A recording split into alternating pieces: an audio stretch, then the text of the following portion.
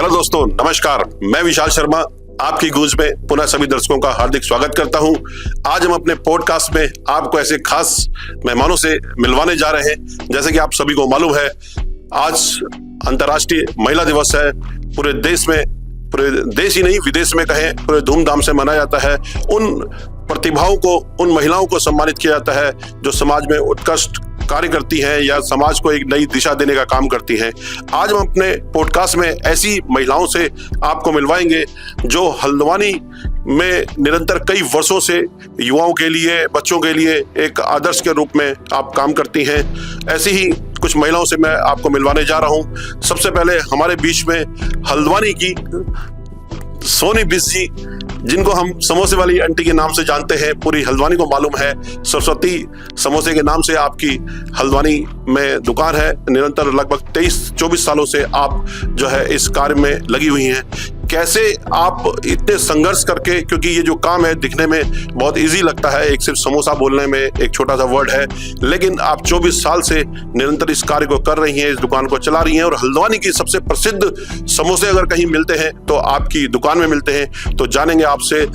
उसके बाद हम श्रीमती कमलेश भंडारी जी, जो एक ऐसा नाम है शिक्षा क्षेत्र में, शिक्षाविद में, जो एक ऐसा उदाहरण पेश करा है, जिन्होंने कई वर्षों से हमने देखा है, आज जाना माना नाम है। केवीएम स्कूल की आप निदेशिका हैं और एक युवाओं के लिए, बच्चों के लिए ही नहीं, उनके पेरेंट्स के लिए भी एक इनका जो व्यवहार है और इनका जो पढ़ाने का स्टाइल है, एक ऐसा मन में, दिमाग में लोगों की जगह बना देता है। तो आज जानेंगे कैसे आपने यहाँ तक का सफर, जीरो से हीरो तक का सफर आपने जारी करा। साथ ही मैं मिलवाऊंगा आपको एक ऐसी महिला से, एक ऐसी समाज की बैकबोन जिसे कहें, समाज सेवा के नाम से, जिन्होंने बहुत लंबे अरसे से समाज के कई ऐसे क्षेत्रों में आपने अपनी छाप छोड़ी है।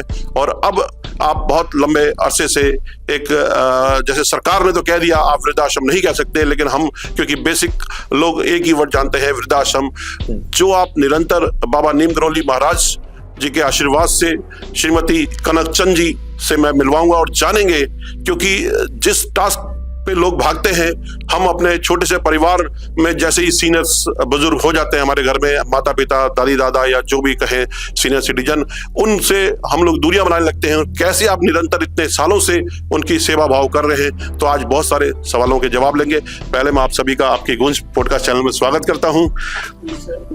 मैं सबसे पहले हमारे बीच में समोसे वाली आंटी के नाम से, आपका नाम तो सोनी बिस जी है, लेकिन बड़ा अच्छा लगता है कि इस नाम से एक पहचान बनी हुई है। और मैं बीच में आपसे ये जानूंगा, बीच में हमने एक बात भी सुनी थी और कई वीडियो के माध्यम से सुनी थी, कई बार हो सकता है मिसअंडरस्टैंडिंग भी होती है या लापरवाही भी होती है, लेकिन उसके बावजूद भी आप निरंतर खड़ी रही। कोरोना काल में आपके हस्बैंड का जो है, जब कोरोना काल आया था उस समय देहांत हो गया था, उसके बाद भी आप अपने इस कार्य को अभी तक आप काम कर रही हैं। और साथ ही मैं ये भी जानूंगा, महिलाओं के लिए आप एक प्रेरणा का काम कर रही हैं। तो कैसे इस काम में आप आई और कैसे आपने पति के स्वर्गवास के बाद भी इस काम को निरंतर जारी रखा। एक सीखने की बात होती है, एक इंस्पायर है हम आपसे बहुत। तो मैं जानूंगा थोड़ा सा अपने, हम मैं क्या, मेरे दर्शक पूरे जो देखते हैं, क्योंकि ये पूरा विश्व देखता है, आजकल डिजिटल मीडिया का जमाना है, तो थोड़ा सा हमारे दर्शकों को बताएं। पहले मेरे हस्बैंड मतलब सिंधी में काम करते थे, फिर हमने अपना ही बिजनेस खोला। धीरे धीरे बढ़ते रहा। फिर हम दोनों मियाँ भी साथ ही करते रहे, काम करते रहे। हम अच्छा लगा दोनों को ही करते रहे, फिर उससे हमारा भी मतलब सही चलता रहा। फिर बस यही है हमारा, और कुछ नहीं। हम बहुत मेहनत होती है उसमें भी, समोसों में भी बहुत मेहनत लगती है। ऐसा नहीं लगती मेहनत, बहुत मेहनत लगती है उसमें भी। मैं आपसे आंटी जी एक बात जानना चाहता हूँ। कुछ लोग आपको, कई बार हमने ऐसा सुना है कि ब्लैकमेल करने आते हैं। अभी 2 दिन पहले का एक किस्सा मेरे को सुनने को आया था कि एक आदमी होली के पर्व पर आपसे गुजिया मांगने आया और उसके बाद उसने बोला कि दूसरी जगह 440 रुपए आप दे रही हैं और दूसरी जगह 400 मिलती है। उसके बाद आप पर जिस हिसाब से उसने आए दिन 2-3 बार आ चुका है, क्या प्रेशर बना रहा है, थोड़ा सा इसके बारे में बताइए। क्या हम शाम के टाइम पे मैं अंदर चटनी पैक करती हूँ, तो मैं बैठी थी, दुकान का लड़का आया, खड़ा था वहाँ पर। उससे पूछा उसने गुजिया क्या रेट है। उसने कहा एक चाशनी वाली 400 रुपए किलो है, और वो उससे पूछा तो वो 440 सूखी वाली, क्योंकि वो कम चढ़ती है, वो ज्यादा चढ़ती है। तो वो कहने लग गया कि ऐसा ना, हम सब जगह तो 400 रुपए मिल रहे, तुम कैसे तुम्हारी मैं सोशल मीडिया में डाल दूंगा फोटो की, ये कर दूंगा वो कर दूंगा। तो क्या जैसे मैंने कहा, हमने सब, जब हमको और से क्या करना है, उसने भी, लड़के ने बोला, और उसे हमें क्या लेना देना है, हमें तो अपने से लेना देना है। किसी कोई दुनिया में कुछ भी कर रहा है, हमें क्या मतलब। तो क्या है इसका नाम, फिर उसके बाद कहने लगे सोशल मीडिया में डाल देंगे। मैंने उसके लिए हाथ जोड़े, मैंने कहा जाओ आप, जो जहां आपको 400 की मिल रही है वहीं से ले आओ, बस यही बोला मैंने। क्या जब बीकानेर में या सिंधी स्वीट्स या नानक या तमाम ऐसे बड़े ब्रांड, हल्द्वानी में स्टैंडर्ड स्वीट्स है, वहां तो 600-700 रुपया होता, क्या वहां जाकर के आदमी इस तरीके की बात नहीं करता? आपके पास ही आकर के क्यों?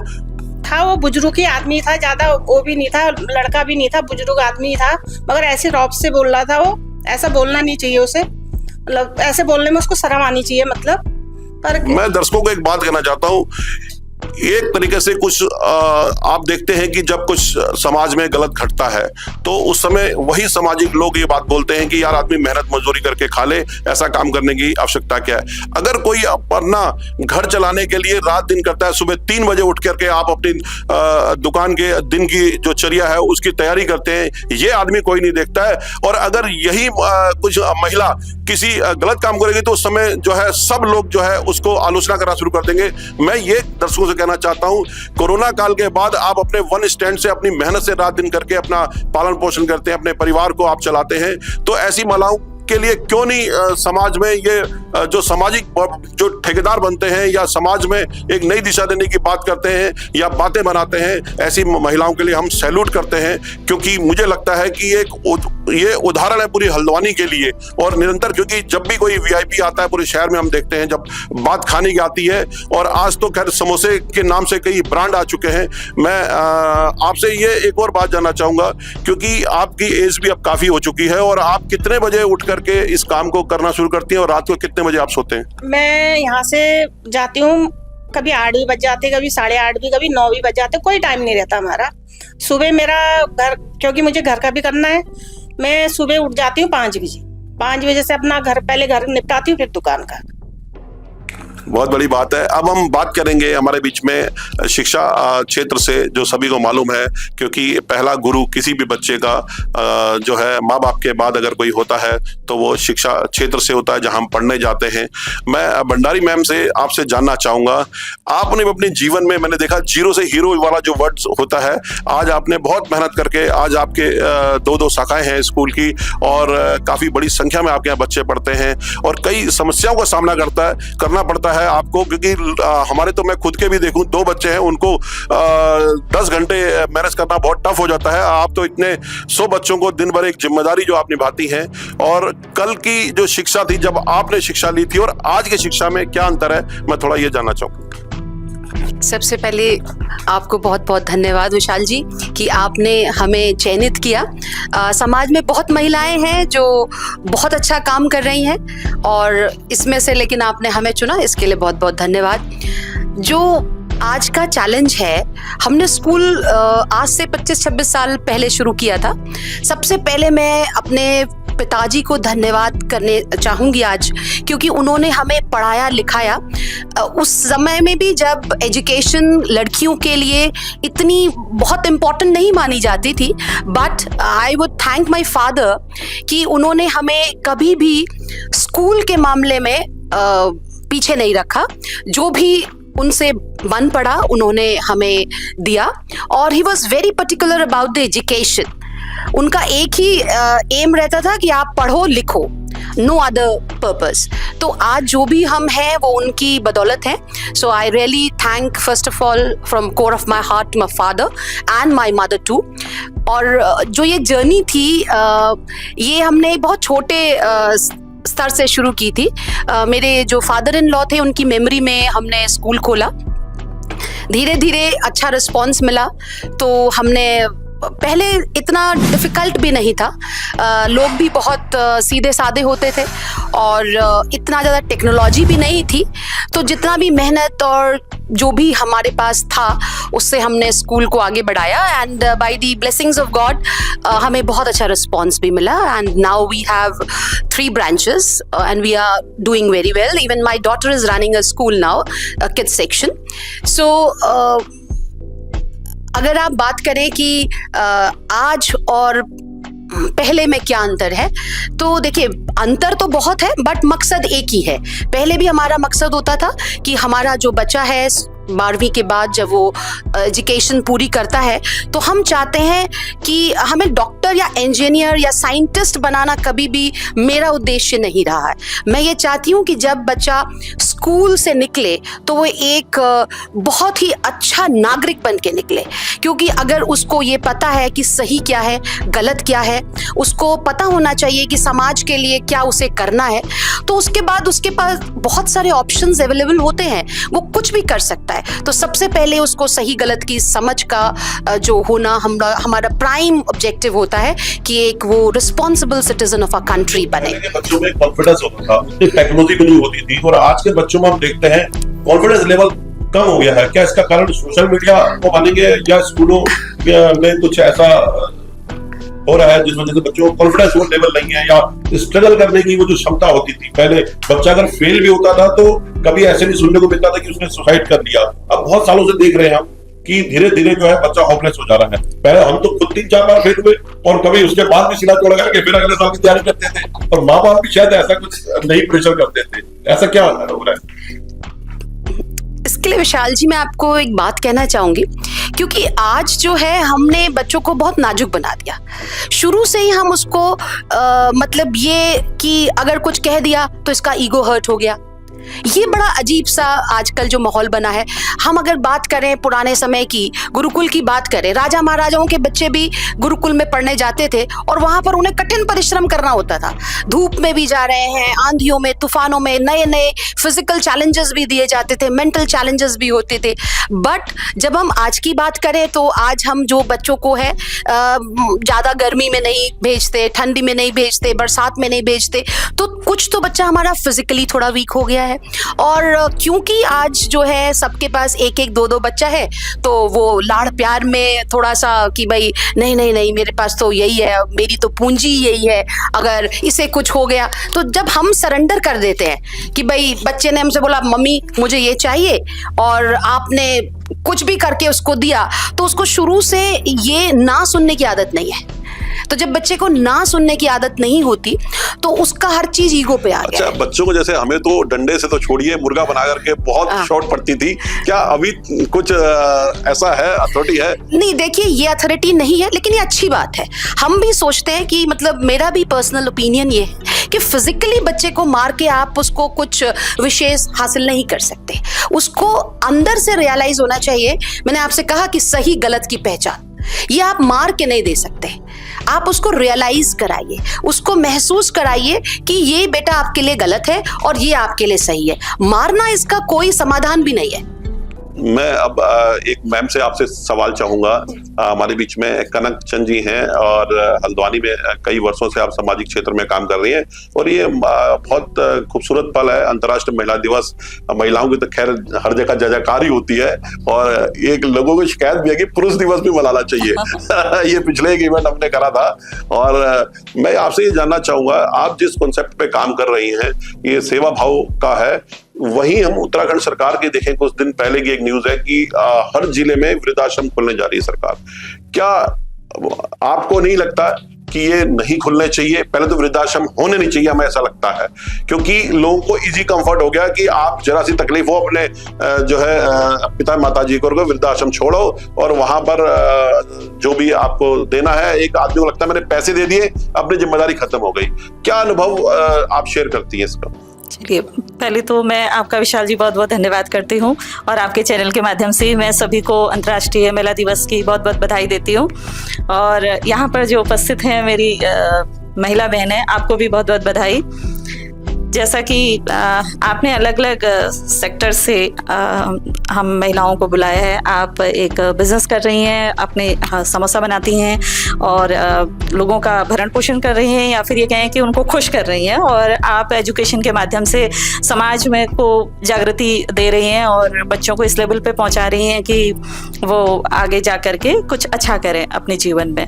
और समाज के क्षेत्र में मेरा योगदान ये है कि जो हमारे जब बच्चा बड़ा होता है, युवा होता है, उसके बाद फिर वो इस स्थिति में जाता है, वृद्ध जो अपना वरिष्ठ नागरिक अगर आजकल हम बोलते हैं, तो उसमें जाता है तो कहीं ना कहीं अपने शारीरिक रूप से असहाय हो जाता है।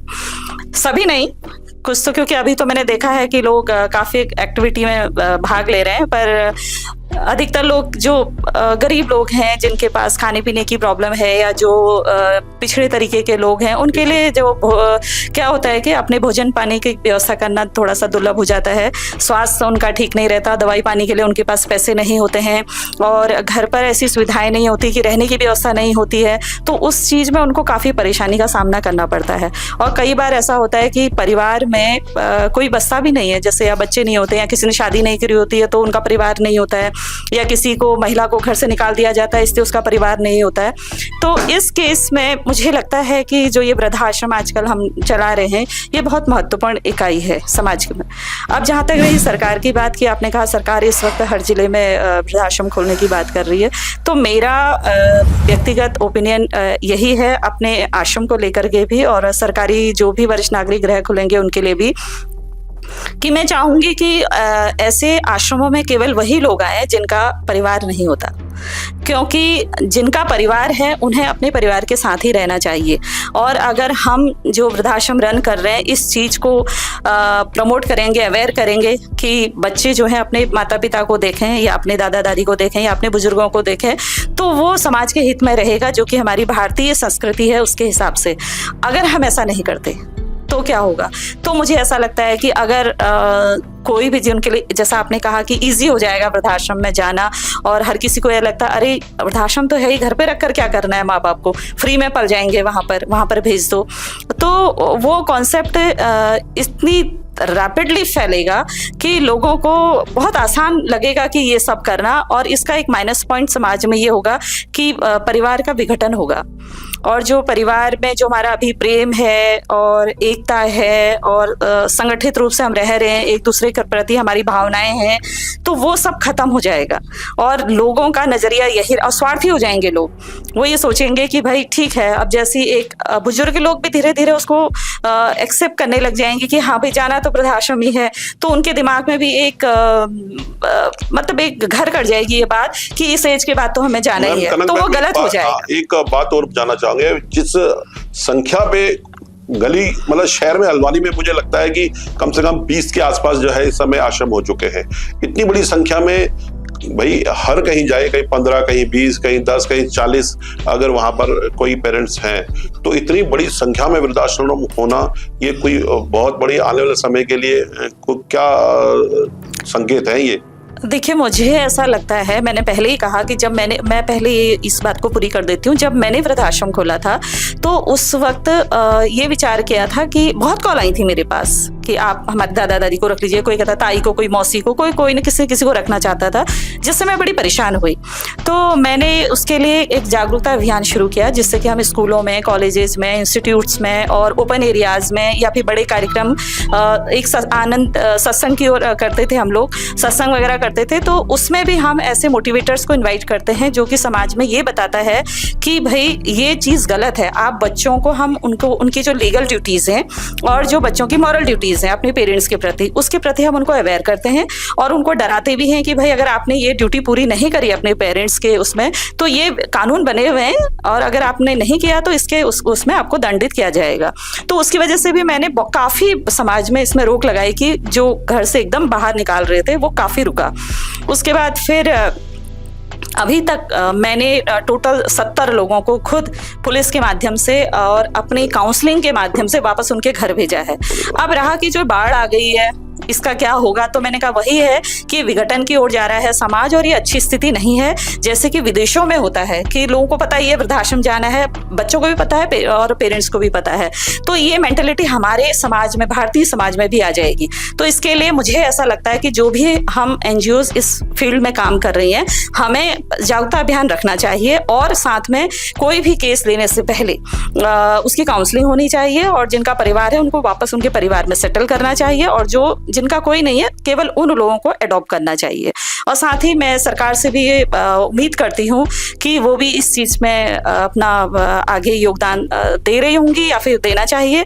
क्योंकि डीएम सर से भी बीच में मेरी बात हुई थी, तो उन्होंने भी मुझसे एक बार कहा था कि यदि कोई ऐसे केस आपके पास आते हैं जिनके कि बच्चे हैं और वो आपके आश्रम में उनको भेजना चाहते हैं या उनको कोई परेशानी है और बच्चे तंग कर रहे हैं, तो आप मुझे बताइएगा। मैं अभी वर्तमान हमारे जो कुछ आश्रम में डीएम सर इसके लिए आय के लिए मैं देखता हूँ एक व्यापार की दृष्टि से भी कुछ लोगों ने आश्रम खोले हुए हैं कि यार हम चंदा लेंगे, उसमें थोड़ा बहुत खर्च करेंगे और कुछ जो है जो वहाँ आएंगे रहने उनके जो है पेरेंट्स जो भी हैं, गार्जियंस, वो तो सपोर्ट करते ही हैं जो भी अपने स्तर पे। तो ये एक अलग दिशा में भी तो गलत दिशा जा रही है। देखिए, अब ये तो व्यक्ति के अपने व्यक्तित्व के हिसाब से मतलब व्यक्ति अपने व्यक्तित्व के हिसाब से काम करता है। यदि मैंने जैसे कहा कि आप वृद्धाश्रम चला रहे हैं और वृद्धाश्रम उन लोगों के लिए होना चाहिए जिनका कोई नहीं है, निराश्रित हैं, गरीब हैं, असहाय हैं और उनका हाँ, पारिवारिक रूप में मैं एक जरूर कहूँगी कोई ऐसा केस हो सकता है कि वो हर तरीके से वेल सेटल्ड हो, लेकिन वहाँ पर वो उनकी सेवा नहीं हो रही हो, कोई ऐसी बिल्कुल भयानक स्थिति हो गई है कि वो घर पे रह ही नहीं सकते, तो काउंसलिंग के माध्यम से उसको समझा जा सकता है, उसको हम अपने यहाँ रख सकते हैं। लेकिन जो इस तरीके का कॉन्सेप्ट है, फिलहाल मेरे तो समझ में नहीं आता कि हम पैसे ले करके किसी मतलब अच्छे घर से पैसे लें और उनके बच्चों को पालें। हाँ, ये एक स्थिति में हो सकता है, जैसे अभी मैं देख रही हूँ कि जैसे हमारे बॉर्डर पर चले जाते हैं हमारे फौजी भाई, पहाड़ों में बहुत केस हैं ऐसे, और तो उनके माता पिता बिल्कुल अकेले रह जाते हैं, तो इसलिए जेन्युइन है। और दूसरा जेन्युइन कॉज ये है कि अभी आजकल क्योंकि विदेश जाने का ट्रेंड बहुत ज्यादा हो गया है, तो उनके पेरेंट्स भी अकेले रह जाते हैं और उनकी स्थिति ऐसी होती है कि वो खुद अपना देखभाल नहीं कर पाते हैं। तो उन लोगों को सुविधा मेरे हिसाब से मिलनी चाहिए, क्योंकि वो अपनी देखभाल नहीं कर सकते। या फिर उनके लिए हमारे जैसे मैंने इस बारे में भी प्रयास किया है कि कई लोगों ने जब मुझे ऐसी अप्रोच किया था, तो मैंने उनसे ये कहा था कि हम कोई अटेंडेंट को आपके घर पर ही रख देते हैं, तो आप अपने घर पर ही रहिए, क्योंकि आपका अपना घर है, वो सेवा करेगा और आप वहाँ पर उनके साथ खुश रहें। मैं भंडारी मैम आपसे एक बात जानना चाहूंगा, आज की डेट में जो बच्चों को हम देख रहे हैं, पेरेंट्स का जो प्रेशर है, परसेंटेज का प्रेशर हो गया कि भाई अब पास नहीं होना है, अब पास का तो सिस्टम खत्म हो गया, फेल बहुत कम चांस होते हैं कि ज्यादा नंबर लाना, तो बच्चों के लिए एक प्रेशर का काम कर रहा है ये परसेंटेज लाना। भाई अगर उसके 75 आए तो तेरे 80 आने चाहिए, तेरे 80 आए तो 85 आने चाहिए। बच्चा इस परसेंटेज के चक्कर में आप, क्योंकि लगभग 8-10 घंटे आपके तो हजारों बच्चे आप रोज ही कहीं ना कहीं उनको देखते हैं और हर तरीके के बच्चे आपसे वास्ता पड़ते हैं, हम तो अपने बच्चों से मतलब होता है। तो ये जो परसेंटेज वाला चक्कर है ये गलत नहीं है, इससे बच्चा जो है कहीं ना कहीं उसका कॉन्फिडेंस भी मर रहा होगा और जो उसके अंदर एक्चुअल टैलेंट है वो टैलेंट कहीं ना कहीं मार खा रहा है और सिर्फ वो पेरेंट्स के या स्कूल के प्रेशर में ये परसेंटेज वाला खेल में फंस रहा है। देखिए विशाल जी, मैं आपको बताना चाहूंगी, पहले एक बीच बहुत था परसेंटेज का दबाव बच्चों के, अब माँ बाप में काफी बदलाव आया है कि वो अब परसेंटेज के पीछे भी नहीं भाग गए, तो उन्हें अब महसूस होने लगा है कि मेरे लिए मेरा बच्चा इंपॉर्टेंट है, परसेंटेज इंपॉर्टेंट नहीं है।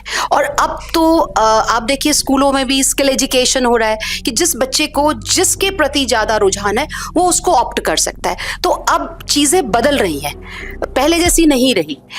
एक दौर था जब बीच में हमने देखा था कि परसेंटेज का था, लेकिन अब वो थोड़ा सा कम हो गया है।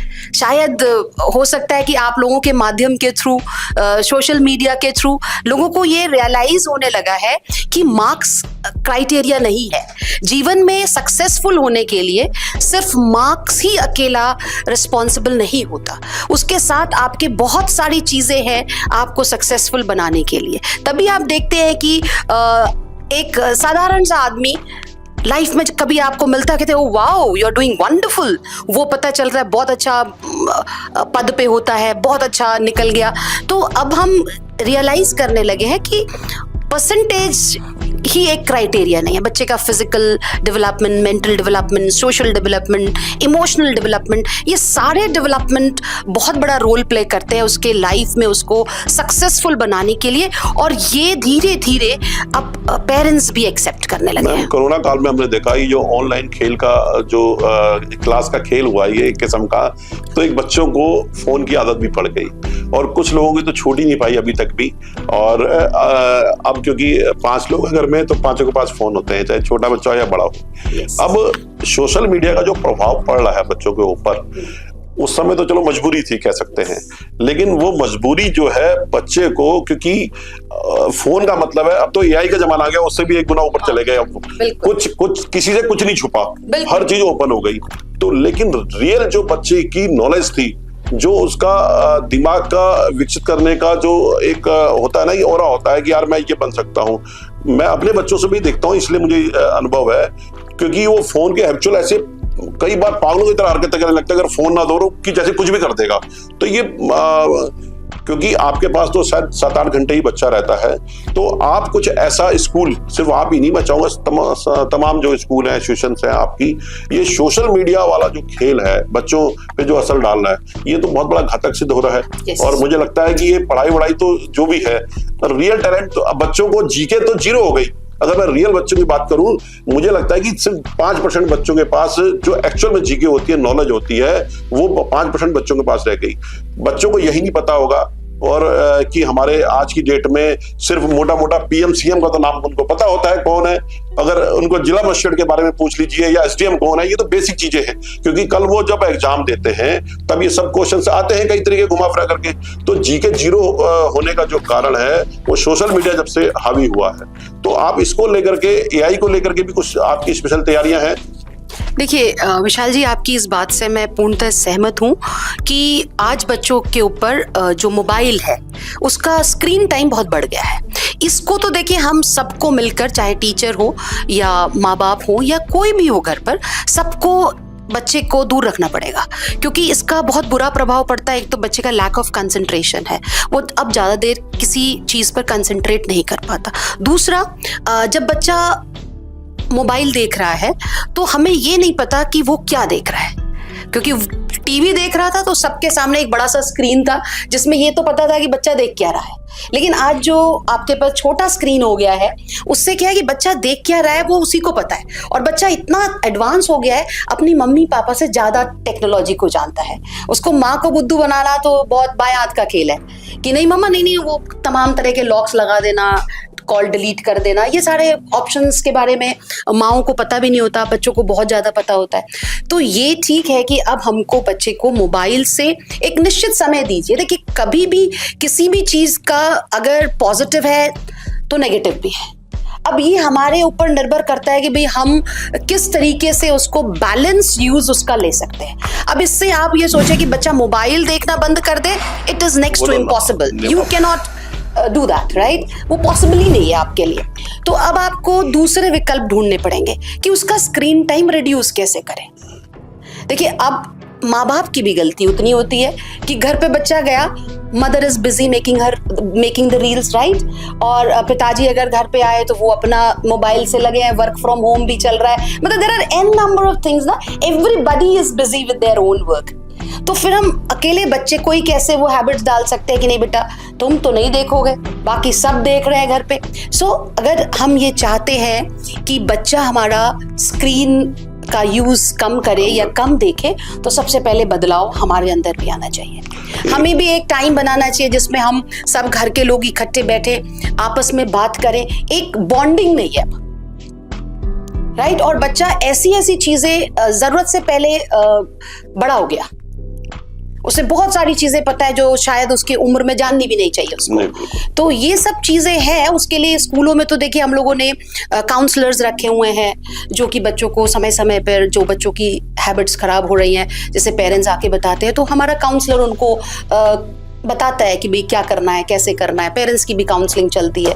लेकिन एक स्कूल के लिमिटेड टाइम पर इतने बच्चों की काउंसलिंग करने से चीजें बदलेंगी नहीं। एक आपसे बात और जाननी थी, ये अक्सर इल्जाम लगता है स्कूलों पर, वो कोई भी स्कूल है, इस समय सारे प्राइवेट स्कूलों की बात करें कि स्कूल जो है प्रेस्टाइज करते हैं ड्रेस के लिए कि यहीं से लेनी है और यहीं से टाई लेनी है। और अब तो बहुत सारे ऐसे हमने देखा है, यहाँ पर भी कई स्कूल ऑनर भी आए थे, उनसे भी ये बात हमने जानी कोशिश करी थी कि किताबें भी उसी दुकान से लेनी है।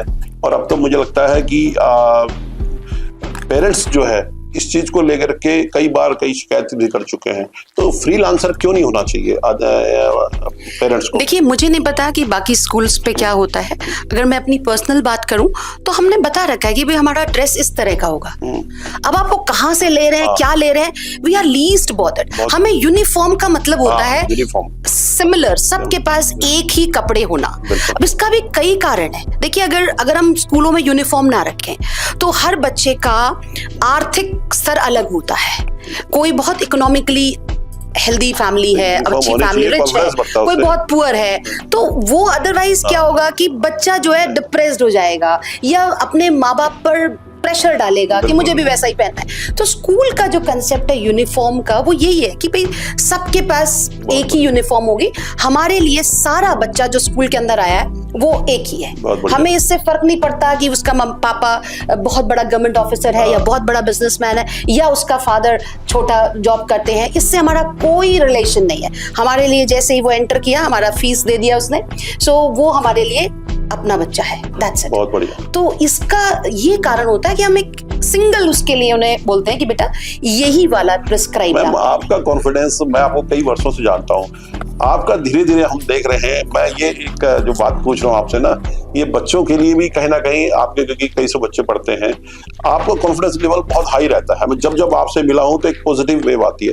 तो ऐसा आप अपना जो ये टैलेंट है ये बच्चों में कहीं ना कहीं छिड़कने की कोशिश करती है कि confidence. Vishal ji, I am very lucky, I have got brilliant students, I have got best students, I must say. मेरे बच्चे बहुत अच्छे हैं। आप कभी मिलिए हमारे स्कूल पर, एटलीस्ट ये वाली समस्या, जैसे ये नशे वाली समस्या या लड़ाई झगड़ा बदतमीजी, इसकी समस्या नहीं है, to be very frank and very clear. तो मुझे ऐसा लगता है कि वो बच्चे हाईली मोटिवेटेड रहते हैं और उन्हें पता है कि उन्हें क्या करना है। चलिए 1-8% हम मानते हैं कि हर स्कूल पर होता है, हम उससे ये नहीं कर सकते कि भाई नहीं हमारे स्कूल में तो है ही नहीं, है बट बहुत कम। तो आई am very lucky in that way. अब वो कैसे प्रेरित है, उसके मम्मी पापा काफी उन्हें प्रेरित रखते हैं, स्कूल के टीचर्स हैं। देखिए, ये तो मैंने आपसे कहा इट्स अ जॉइंट एफर्ट। किसी एक व्यक्ति से ऐसा नहीं हो सकता। वो तभी है जब हर व्यक्ति जो कि स्कूल पे है, से it from drivers, conductors, 4th class staff and the teachers, corona काल में एवरीबॉडी, बहुत लंबा टाइम, क्योंकि आपके यहाँ तो कई सौ टीचर और ड्राइवर, पियोन, बहुत सारे ऐसे पोस्ट होते हैं। जी जी। कोरोना काल बहुत ऐसे कहते हैं ना खतरनाक सपना टाइप में देखता है और बहुत लंबा टाइम रहा, डरावना था। तो उस समय भाई इन सब, क्योंकि वो आपके हैंड्स हैं सारे, इन सबको आपने बांध के रखा, उन सबके दुख सुख में खड़े हुए। तो उस समय आपके मन में ये नहीं आया कि मैं भी जो है इनको कहीं ना कहीं, जैसे बहुत सारे जो ब्रांड स्कूल हैं उन्होंने तो हाथ पीछे खींचे, लेकिन आप को हमने सुना है ऐसे कई लोगों से, तो उस समय आपके मन में एक बात। विशाल जी, मैं बहुत बड़ी बात नहीं करूंगी, हमने कोरोना पीरियड में अपना एक भी एम्प्लॉय की छटनी नहीं करी, एक भी। बट इसके लिए मैं अपने एम्प्लॉयज को भी I am very thankful to them.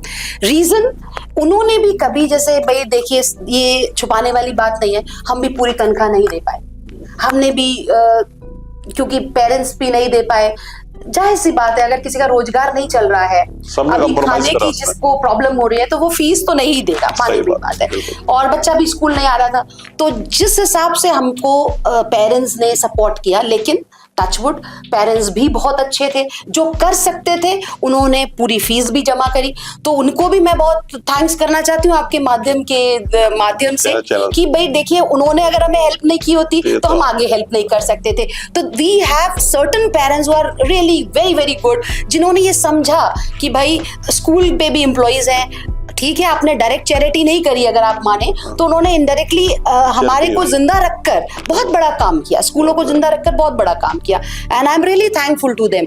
कई पेरेंट्स ऐसे थे वो समय पर अपनी फीस देते थे, तो व्हाटएवर कलेक्शन जो हमारा होता था उससे हमने जितना भी था भाई उनको सबको दिया, और हमने उनको बोला कि भैया पूरी रोटी अगर नहीं सबको हो पा रहा है तो भाई उसी रोटी से आप शेयर कीजिए।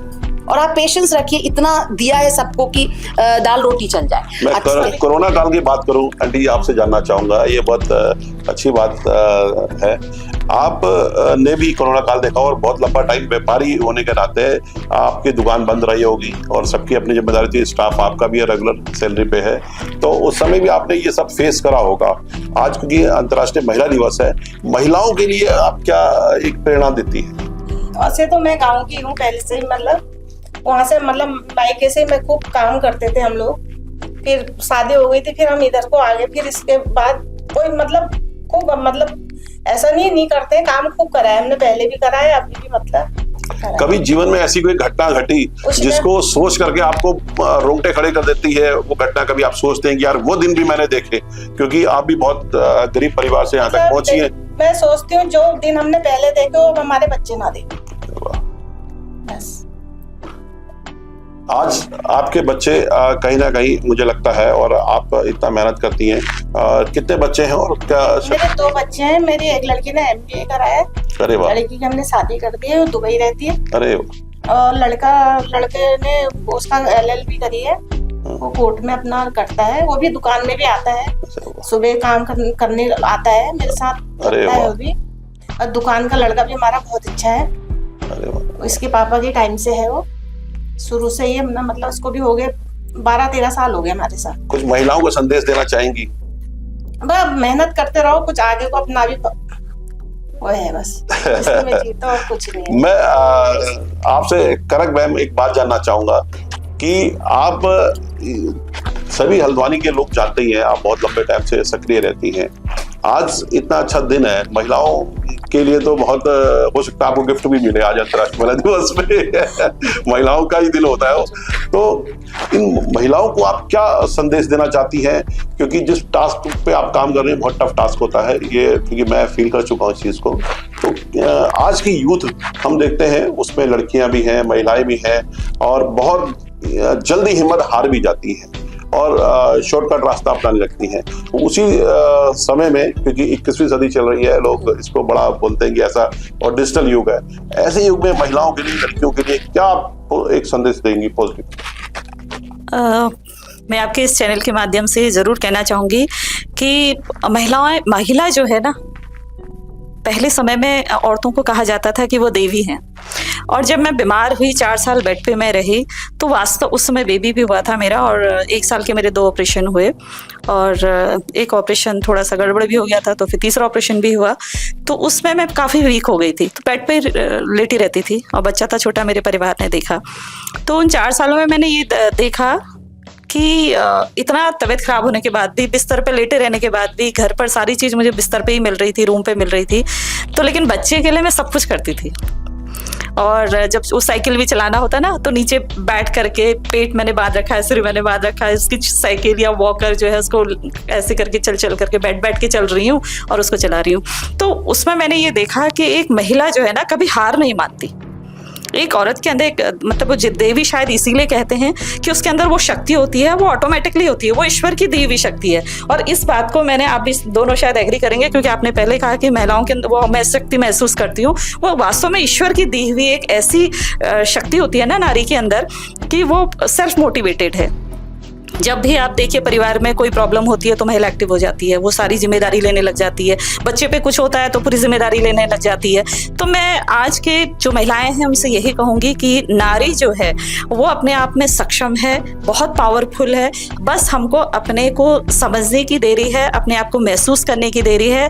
और इन सबसे बड़ी बात है, अगर ये आप महसूस भी करते हैं आप पावरफुल हैं, तो लेकिन आपका जो नजरिया है वो पॉजिटिव होना चाहिए। अच्छा, पुरुषों के लिए भी आप, क्योंकि किसी भी महिला कहते हैं पुरुष के लिए कोई सफल होता है तो उसके पीछे महिला खास होता है, तो पुरुषों का योगदान आप कितना मानती हैं? मेरे पीछे तो पुरुष के हिसाब से मैं कहूँगी 100% है। क्योंकि देखिए क्रेडिट कब मिलता है, हमेशा देखा गया है। जो आप थोड़ी देर पहले बात कर रहे थे, मुझे भी ऐसा लगता है कि क्योंकि सारी जो कार्यक्रम हल्द्वानी में होते हैं वो सिर्फ महिलाओं के लिए होते हैं, तो मुझे ऐसा लगता है कि पुरुषों को भी सम्मानित करना चाहिए। क्योंकि जितना यहाँ पर अभी देखें, पहले से जो कितने सालों से NGO यहाँ पर चल रही होंगी, मेरे ख्याल से 1000 से ऊपर यहाँ पर NGO हैं, और पुरुष लोग बहुत काम कर रहे हैं, और कुछ पता भी नहीं है कि कहाँ कर रहे हैं, कितना कर रहे हैं, कैसे कर रहे हैं, लेकिन किया है बहुत। तो उन लोगों के लिए भी एक मंच ऐसा जरूर होना चाहिए जहाँ पे उनको पुरस्कृत किया जाए।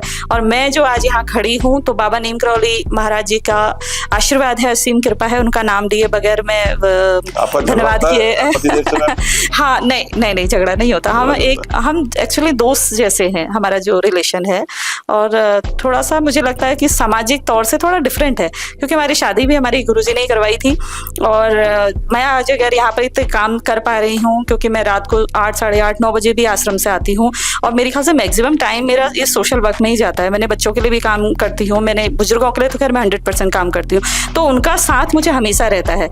और जैसे अभी डिजिटल युग है तो उसमें मैं थोड़ा सा वीक हूँ, तो वो सारी हेल्प जो होती है ऑनलाइन वगैरह, सारी जो काम होते हैं वो सब मैं वही करते हैं यूथ के लिए। बिल्कुल, क्योंकि जैसे सोशल मीडिया का आपने अभी वो किया था, तो मैं अभी मिनी रिसर्च कर रही हूँ।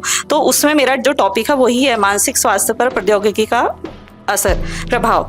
तो उसमें भी जैसे आपने कहा स्कूल काम कर रहा है और पेरेंट्स को भी काम करना चाहिए। मैं देख रही थी, अभी स्टडी कर रही थी, तो सरकार भी बहुत चीज़ें कर रही है और आने वाले समय में कुछ रिस्ट्रिक्शंस बच्चों के ऊपर लगेंगे और कुछ अवेयरनेस प्रोग्राम्स गवर्नमेंट की तरफ से भी होंगे और समाज की तरफ से भी होंगे।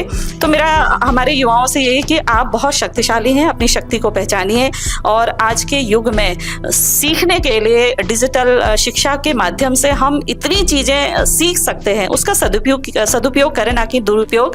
और उस एजुकेशन के माध्यम से आप जो चीज भी अचीव करना चाहते हैं, टारगेट सेट कीजिए और उसको अचीव करिए। क्योंकि आज हमारे पास स्कोप बहुत है, आज हमारे पास फैसिलिटीज बहुत हैं, तो उसका हम सदुपयोग करें और एक चैनलाइज तरीके से हम अपने लक्ष्य की तरफ जाएं और उसको अचीव करके अपने जीवन को सुखद बनाएं और पूरा एंजॉय करें। लाइफ को एक ही लाइफ मिलती है तो जीवन को एंजॉय करना चाहिए, मुझे ऐसा लगता है।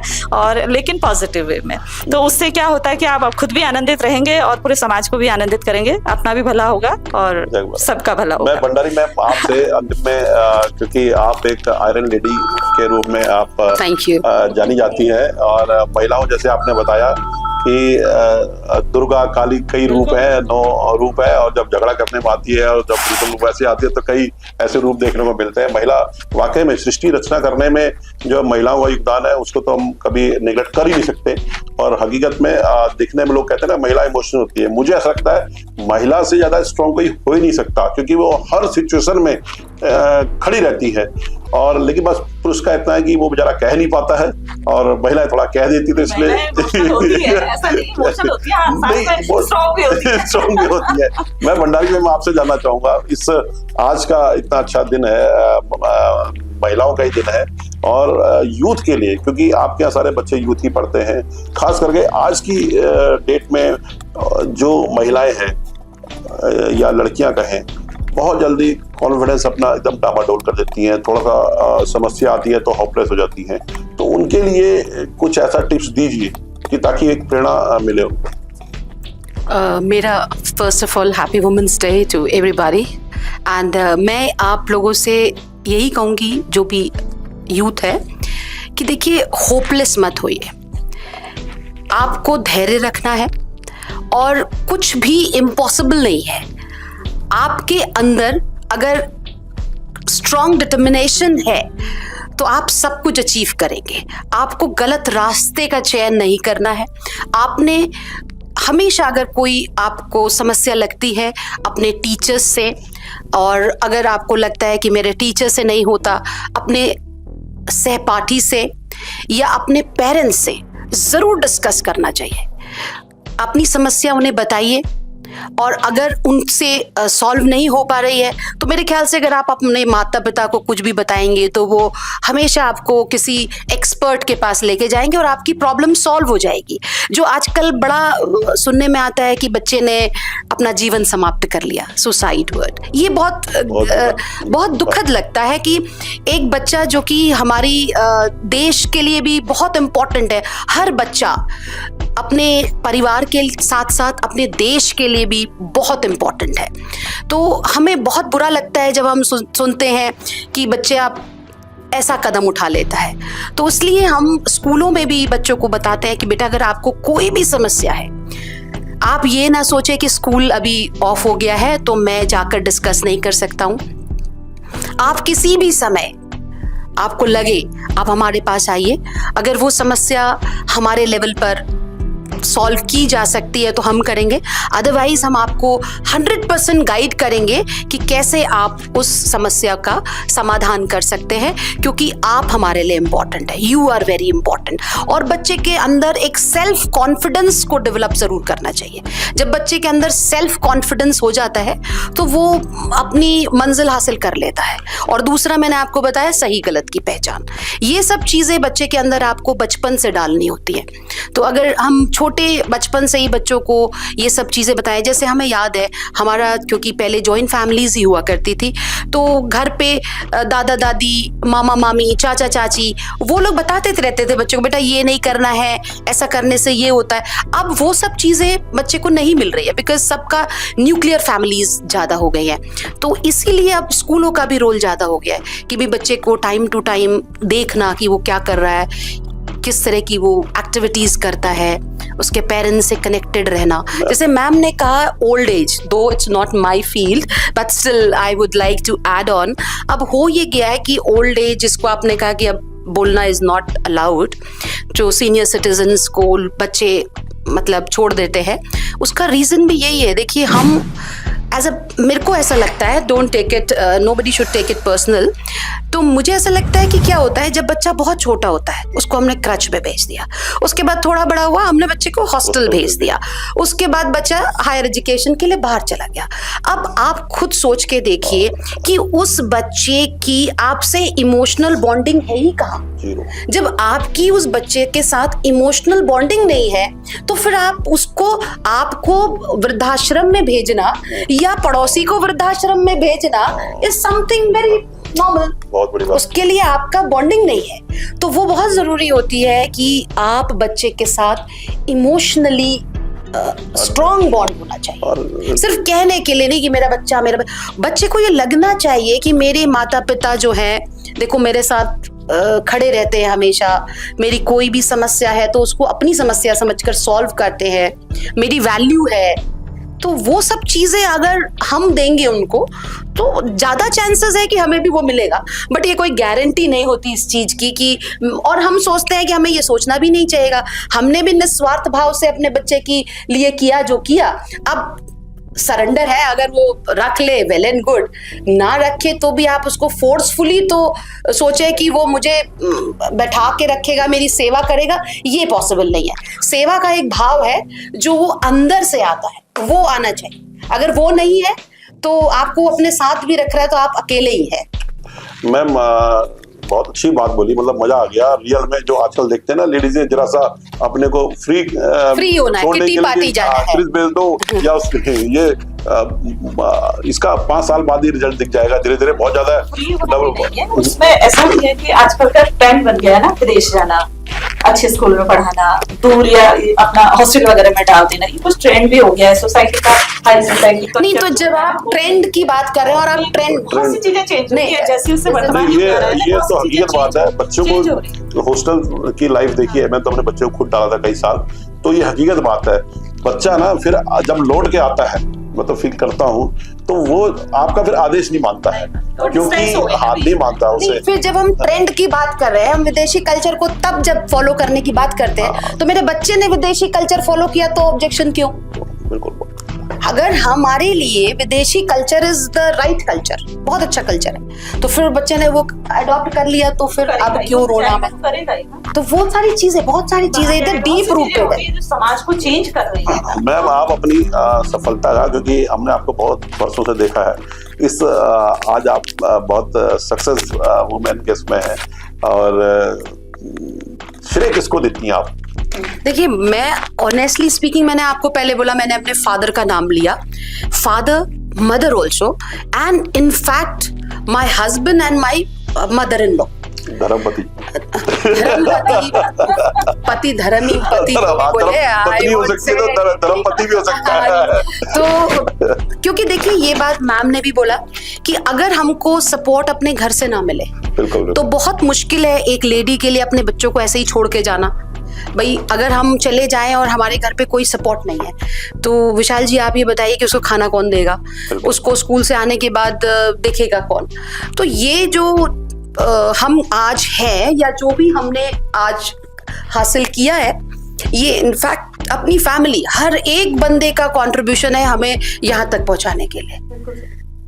मतलब से इट इवन नाउ आई से माई चिल्ड्रन ऑल्सो, बिकॉज अगर हमें ना जाने दिया होता तो हम कुछ नहीं कर पाते, क्योंकि ये तो जायज़ सी बात है, हम लोगों को हमें सिखाया गया है कि घर की जिम्मेवारी भी आपको लेनी पड़ेगी। जब आपने शादी की है और आपने बच्चे पैदा किए हैं तो वो भी आपकी रिस्पॉन्सिबिलिटी है।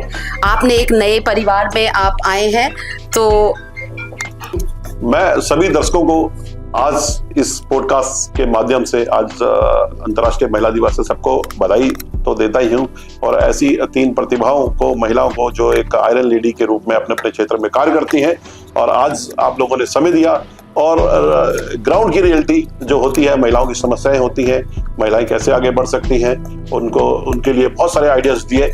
मैं सभी दर्शकों को बोलूँगा कि इस आज के भागदौड़ जिंदगी में आप कहीं ना कहीं, जो मेरे को लगता है इस पॉडकास्ट से निकल के आया कि रिश्तों की कहीं ना कहीं एक वैल्यू होती है, क्योंकि रिश्ते जब होंगे, आज की डेट में सबसे बड़ी दूरियां जो बढ़ रही हैं वो हमारे भाईचारा, जिसका एक वर्ड होता है, लोग बोलते हैं, हम अपने जो घर के 4 लोग हैं, 4 ही एक दूसरे से तालमेल नहीं बैठ पा रहा है। तो रिश्तों की वैल्यू हमारा बच्चा कब समझेगा?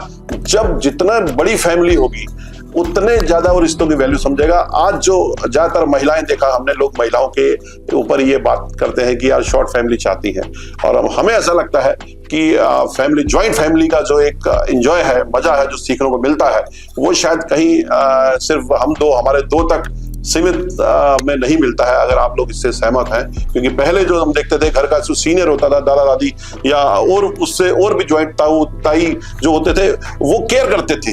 माँ बाप अगर कहीं बिजी होते थे तो वो पीछे से कहीं ना कहीं उसकी अपनी पूरी जिम्मेदारी निभाते थे। ऐसा नहीं होता था कि वो इसका बच्चा है, वो पूरा नजर बनाए रखते थे, तो बच्चा जो है 24 घंटे उस ऑरा में रहता था। इसीलिए ज्यादातर बच्चे जो है कहीं ना कहीं बिगड़ते नहीं थे, या कॉन्फिडेंस लेवल बहुत ज्यादा कम नहीं होता था।